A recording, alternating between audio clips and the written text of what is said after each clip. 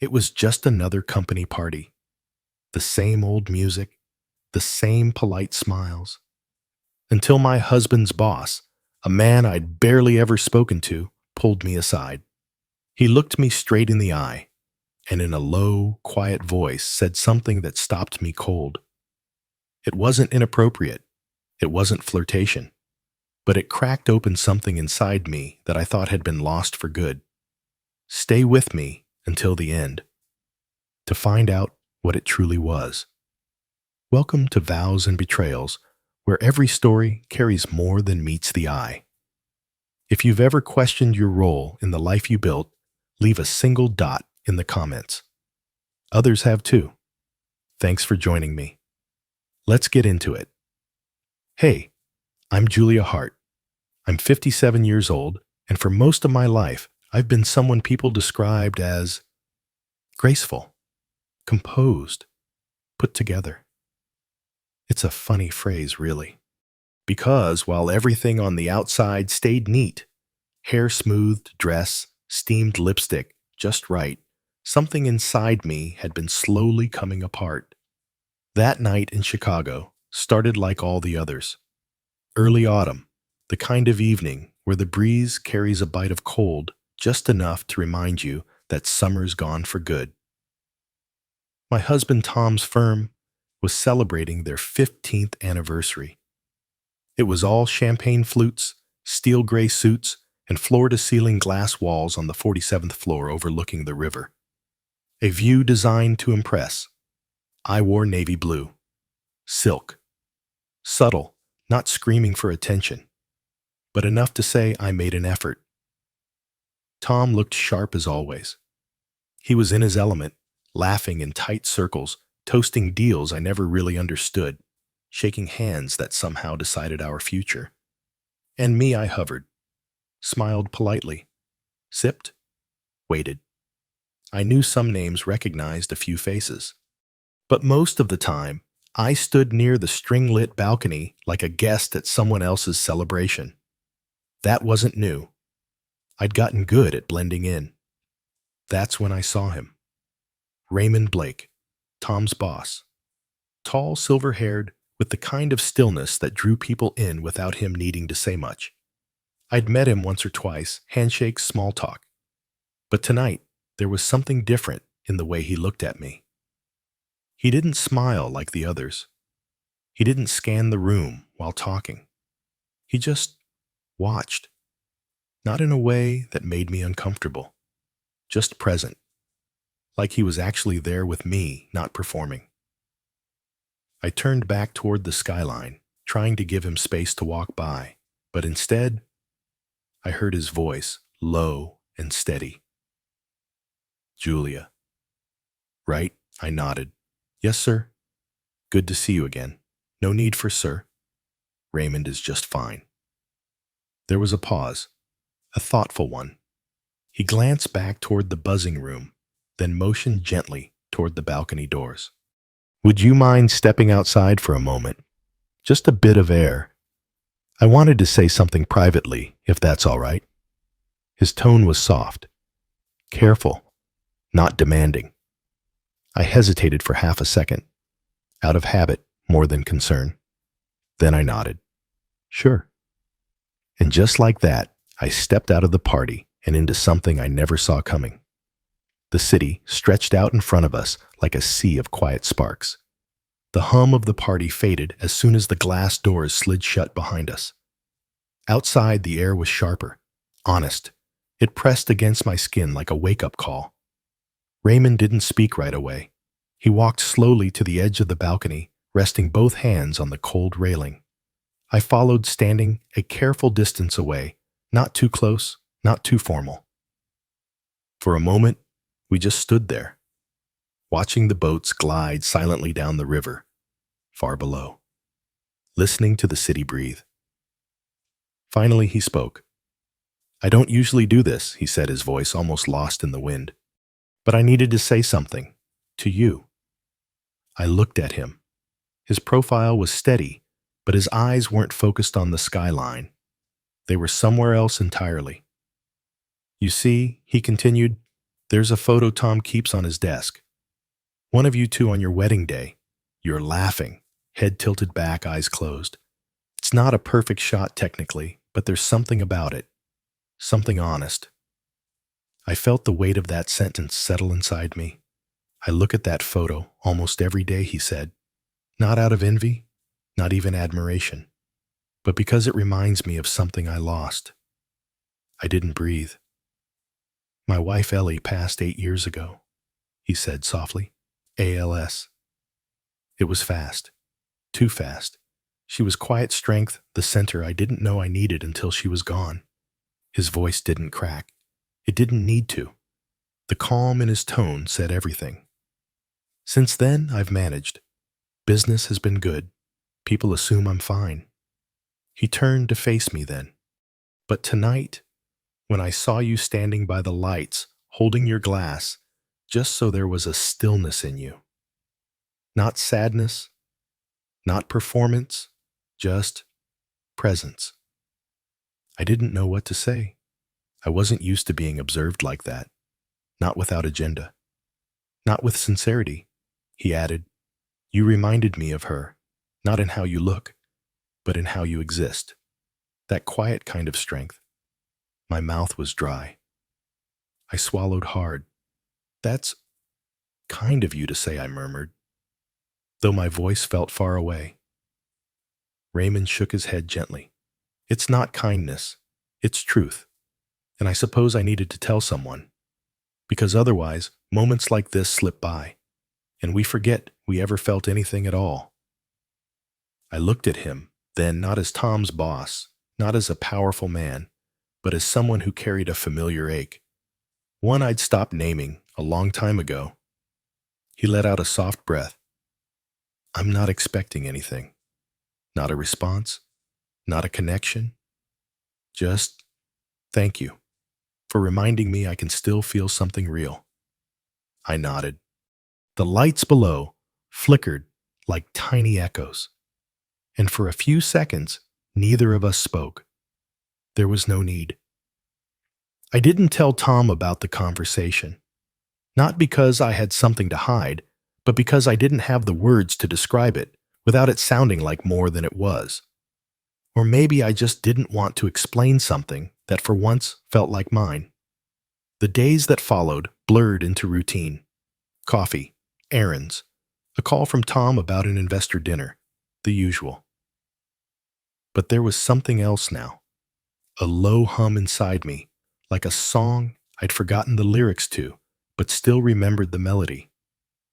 Then a few days later, a letter arrived.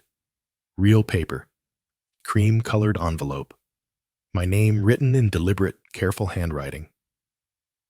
Inside, a simple note. No need to respond. Just wanted you to know I meant every word. Thank you for listening, for reminding me I still could. It was signed, Raymond.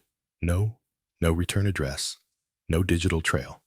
I sat with the letter for a while, running my fingers over the indentations in the paper, like maybe I could feel the moment it was written. I didn't write back, but I didn't throw it away either. That weekend, I visited a small gallery in the River North District. It was tucked between a bakery and a secondhand bookstore, one of those places you only find when you're not looking. I hadn't been inside an art gallery in over a decade. Not since I stopped painting. The smell hit me first. Linseed oil dust, the faint sharpness of old varnish. It was like memory came alive in my nose before it ever reached my brain. I wandered slowly through the space. Abstracts, pastels, a few sculptures made from rusted farm tools. Nothing particularly showy. But it all felt intentional, human. And then in the back corner, I saw it. A portrait. A woman sitting by a window, sunlight pooling at her feet. Her hands were clasped in her lap. Her posture soft but steady. There was sorrow in the painting, but not weakness. It was the kind of strength that comes from having stayed too long in silence. I didn't need the nameplate to know who painted it. Raymond. The gallery attendant told me it was part of a quiet memorial series shown only once every 2 years. The woman, of course, was his late wife. I stood there for a long time, just looking, feeling. When I stepped out into the street again, the wind felt different, like it carried something back to me I hadn't known I was missing. The next day, Tom's daughter from a previous marriage, Clare, came by. She was 20 in college, independent and distant. Our relationship had always been polite, never close. She noticed the small sketchbook I'd taken down from the attic, resting open on the kitchen table. "You used to draw?" she asked, eyebrows raised. I nodded. "I did, a long time ago." She flipped through a few pages. "This one's good. You should frame it." That was it. No hug. No emotional breakthrough. But it felt like a door opening just a crack. Later that night, I pulled out a brush for the first time in over 15 years. Not to impress anyone. Not to show Tom. Not to prove anything. Just to see if my hands still remembered. They did. The following week, I received a package. No sender. Just my name handwritten again. Inside was a slim, aged brochure, folded in half, soft at the edges. I recognized it instantly. It was from an art exhibition I'd been part of over 20 years ago. A one-night local show in a community arts center, back when I was still painting in my garage at night while Tom was building his career. I opened the brochure slowly. My name, Julia Hart, was there buried under a list of amateur artists. But one name near the bottom stood out now, in a way it never had before. Curated by R. Blake. I blinked. No, it couldn't be. I'd never connected the dots. Back then, he was just an anonymous curator. A name on a page I'd never looked at twice. But it was him. Suddenly, the memory came back. The man at the back of the room that night, gray blazer, hands clasped behind his back, watching quietly as people passed by each painting. I remembered thinking he looked out of place. Too composed for such a messy little gathering. That night, one of my pieces had sold. A watercolor of a foggy lakeside morning. I never knew who bought it, just that it was gone the next day. And now, I wondered if it had been him, not because of the painting, but because of the quiet in it, a stillness that maybe spoke to something in him even back then. I sat with the brochure in my lap for a long time, not smiling, not crying, just stunned. We'd met before, not in conversation, but in silence, in brushstrokes and frames, before either of us knew how much we would need that memory later. I couldn't sleep that night. The brochure sat on my nightstand like it had something more to say. Every time I closed my eyes, I saw that painting, the one that sold. The fog, the stillness, the silence that seemed to mirror what I'd become. The next morning, I went up to the attic. It smelled like dust and cardboard and forgotten time. I pulled out the old plastic storage bins one by one until I found a flat portfolio wrapped in aging brown paper. Inside sketches, unfinished, smudged, some vibrant, some lifeless. And then folded between two sheets of paper, I found it. A small, quick study I'd done years ago. Barely larger than a postcard. The sky was charcoal, the railing a soft blur, city lights flickering in yellow smudges along the horizon. It was the view from the balcony, not the one at Tom's company gala, not exactly, but so hauntingly similar, it felt like déjà vu. I'd painted it long before I'd ever been in that building, before I ever knew Raymond, and yet it was that balcony, the curve of the metal rail, the depth of the river below, the skyline. My hands trembled. What did it mean? Had I imagined it? Willed it? Was it just coincidence? Or was it something deeper? Some silent knowing that I'd forgotten how to hear. I stared at the sketch for a long time, the edges soft with age, and for the first time, I didn't want answers. I just let the mystery settle. Not everything has to be explained to be real. Sometimes we create what we don't understand yet because some part of us is already there waiting. A few days later, another letter arrived. This one was handwritten like the last, but longer, thoughtful. Raymond's voice came through every line. He thanked me for the quiet space we'd shared, for the silence that didn't feel empty, for the reminder that connection doesn't have to be loud to be real. Then, at the bottom of the page, a simple invitation.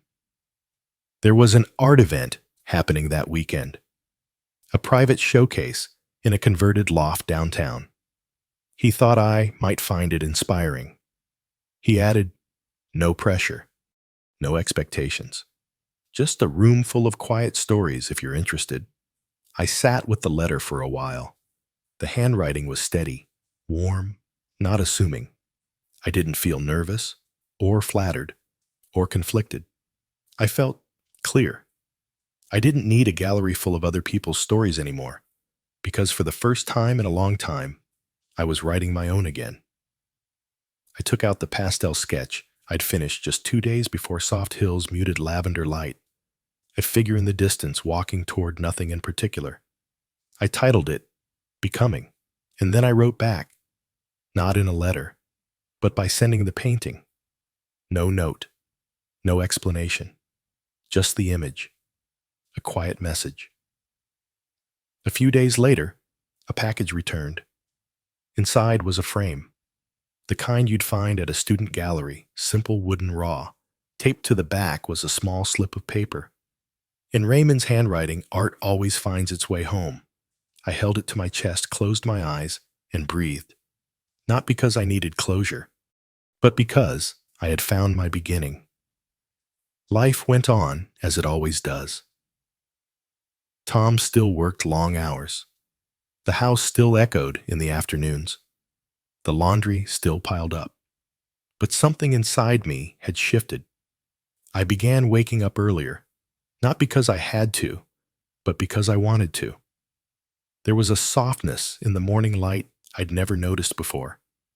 I painted more, not masterpieces, just quiet moments.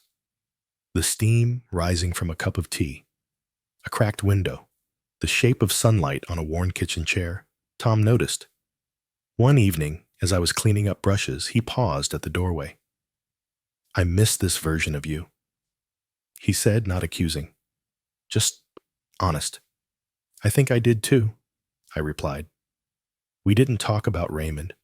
There was nothing to confess, nothing hidden, just a chapter I'd needed to live through in order to come home to myself.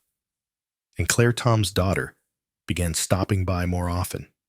She never said much, but once she brought me a set of new watercolor brushes, just placed them on the table and said, I figured you'd need these. It wasn't reconciliation, but it was something real. I'd been so focused for years on being reliable, constant, supportive. I forgot what it meant to be me. Now I remember. Not through anyone else's eyes, but in the way I breathe deeper, laugh longer, pause more often, and in the way I let silence stay without rushing to fill it. Sometimes the most powerful moments in life don't come with fireworks or applause. They arrive quietly, in a glance, in a memory, in a walk on a balcony with someone who reminds you that you're still here, that you matter, that somewhere buried beneath the lists and roles and expectations, you're still you. For those of us who've spent years holding everyone else together, it can be easy to forget the color of our own voice. But healing doesn't always look like breaking. Sometimes it's soft. Sometimes it's just picking up a paintbrush, or listening without fear, or finally telling the truth, not to someone else, but to yourself. You don't have to disappear to be loved, and you don't have to be loud to be seen. If this story stirred something in you, even a flicker, let me know with a dot or a word below. You are not alone in this quiet rediscovery. Thank you for spending this time with me. And if you'd like more stories that feel like a whisper to the soul, please subscribe. We're just getting started.